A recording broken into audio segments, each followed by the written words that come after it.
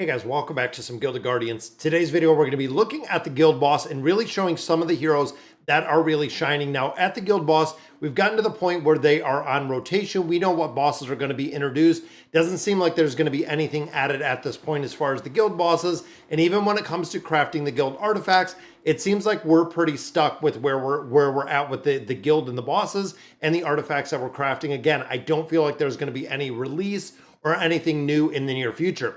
We want to look at the heroes that are really providing and really maximizing the damage in the guild boss modes in general. Now, specifically looking at the Dark Lord that we've seen right now, but there are a lot. Now, when it comes to damage dealers, we look at Leah. Leah is by far the absolute biggest magical damage dealer that we see with the Starfall ability. Now, when you start amplifying these and combining heroes together, which we'll be looking at in just a little bit, Leah is a no-brainer. When you look at the levels, when you look at the stats, when you look at the Enlightenment, the Radiance, this is a hero that is going to top the damage. And honestly, for me personally, this is by far the absolute biggest damage dealer that I have when it comes to the mage aspect. Now, when it comes to the physical side, I do not have the heroes and I got to start building them out and collecting. When it comes to the Guardian decks, there's one hero, which is Abyss, that does incredibly well when it comes to the physical side of damage dealing itself. This is a hero, again, that I do not have. Might pick out a pretty good copy.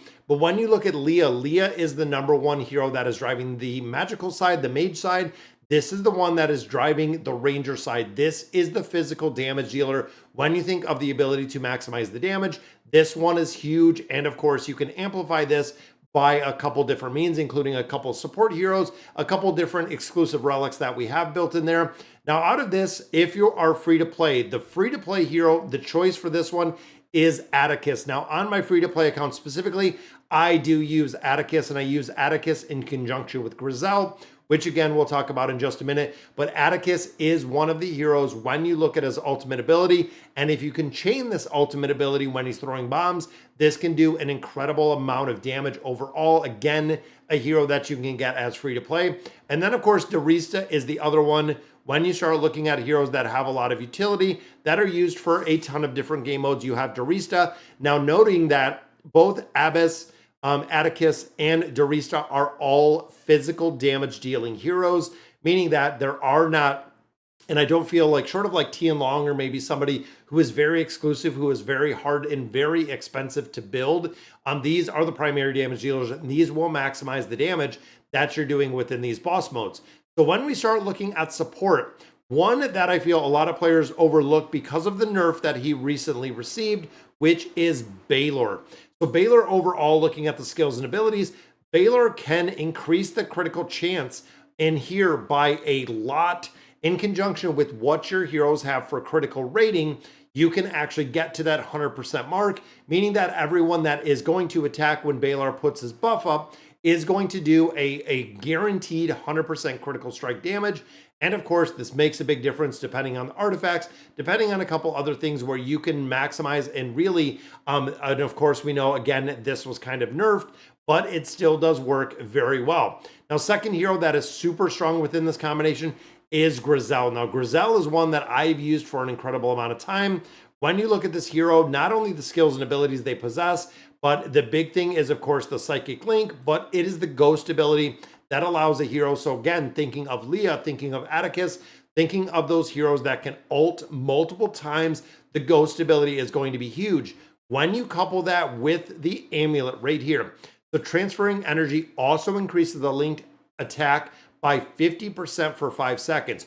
So what you can do is, through timing, is you can go ahead and have this ult go off, and of course transferring the energy. But when the ult is ready, you can have the ghost ability go ahead and do that 50% increased attack. You can have the hero ult like Atticus or Leah, and then you can have them ult a second time with their own energy if both of them have full. Again, this is going to be timing, but you can do it and it works incredibly well.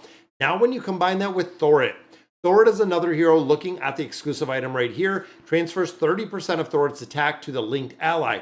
So thinking of Leah, with Griselle following Leah for that ultimate ability, that 50% increase, then you couple, and of course Leah is my strongest, so Thorit is going to link to Leah. Leah is going to have 30% of Thorit's attack rating. really amplifying. Then when you think of the gear that is on there, then when you think of the artifact that is on there, you can buff up any of these. Looking at Leah, looking at Abras, looking at Atticus, if you are free to play Derizda, all of them you can amplify and really ramp up very, very high the attack that they're going to be doing in here, allowing you to maximize the damage. Now, last one they talk about is Dover. Don't know overall for him, but he does a 50% increase. Now, if you remember Dover, he is the newest hero short, or one of the newest heroes that we do have within this game, which, looking down here, this is Dover. So the big thing with him is this one, the Savage Leap, then of course the marking. So when he lets out the Mighty Roar, he reduces the enemy's defense by 50%. That is a 50% damage reduction for 8 seconds. That is what players are using him for. That is a massive, massive damage boost that we're getting out of there, making it really important to have him if you do have him built in. Again, when you think of the abilities of Baylor, when you think of Dovir, when you think of a couple of these heroes, you don't have to have them built up super high, because you're reliant not on their damage, but you're reliant on the abilities that these heroes do possess. That is why a lot of times, even when we see Baylor just being at 3 enlightenment, so a very basic build of Baylor, it will still work incredibly well, because again, we want his ability. Don't really necessarily need him to be built out to do the damage, but he will work incredibly well. Now, when we start thinking of the healers, honestly, the biggest combination, again, as a pay to win, as this account, Tavros is number one and has always been number one as far as the healing aspect. When you look at a hero that probably has more utility than anyone else in Guild of Guardians, it is Tavros when it comes to support. When it comes to healing, it is very, very imperative. Not only the support aspect of the healing with Void Ghost, but also Fanatic. Increases attack speed by 40%. That is very imperative. So a lot of players also question about JD. So the problem that we see, and I don't know, yep, I do have my copy of JD, is JD targets, and this was a change that we seen. It went from the furthest most hero to the hero that is taking damage. If you're running a damage dealing hero, chances are they're going to be right up on the boss. If they're right up on the boss, the healing is kind of all over the area with JD overall, making it not super effective.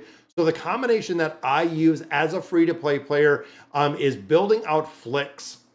Now, the big thing with Flicks, and I know on this account, I don't think I have Flicks built out very well, is Flicks has the ability to heal, where this is kind of different than what we see with Aquarius, but I'm not sure where my copy of Flicks is in here. I might not actually have a copy anymore of Flicks, but when you look at your copies of Flicks, the interesting thing with this is not only the ability that Flicks does put out for the healing aspect, so we have the ultimate with the healing, is she has the ability to heal up to 100% bonus with her exclusive artifact. Gotta have that in here.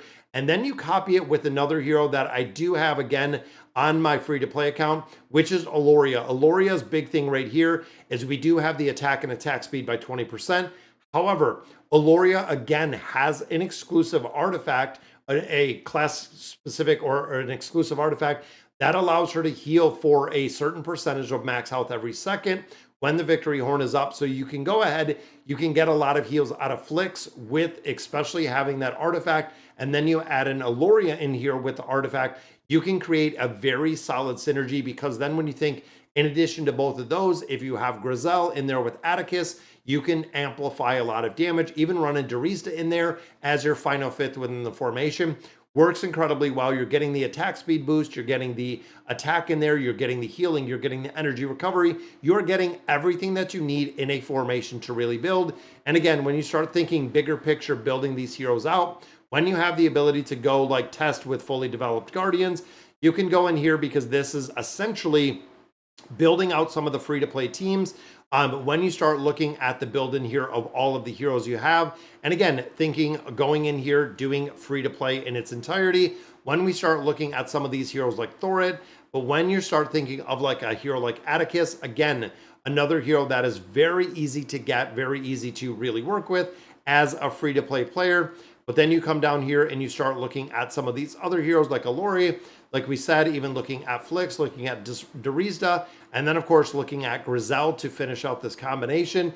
And the way that this works is, looking at this combination, is you're going to have Griselle is going to follow Atticus. Remember, having those ultimate abilities and having the ability to buff up by 50%.